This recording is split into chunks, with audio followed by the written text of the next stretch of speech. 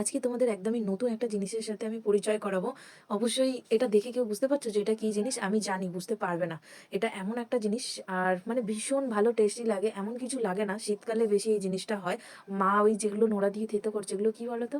এটা গুড়, ঠিক আছে?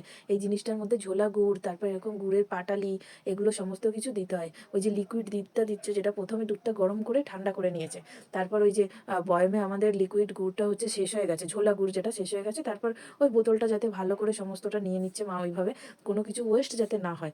এবার ওই বাটির মধ্যে যেটা আছে, ওর মধ্যে আছে গোবিন্দভোগ চালটা ভিজিয়ে রেখে পেস্ট করা, ওর সাথে কাজু কিশমিশ আরও নাটস আছে।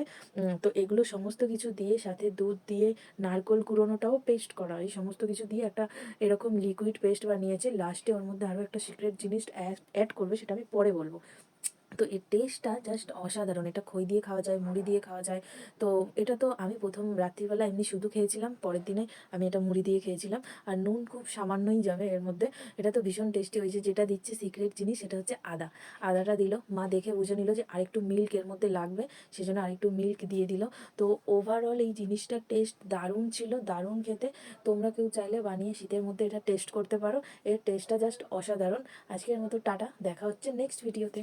আর হ্যাঁ, আরেকটা কথা, এই কথাটা আমি কোনো ভিডিওতেই বলি না, যেটা হচ্ছে আমার ভিডিওটা ভালো লাগলে চ্যানেলটা সাবস্ক্রাইব করে আমার পাশে থেকো।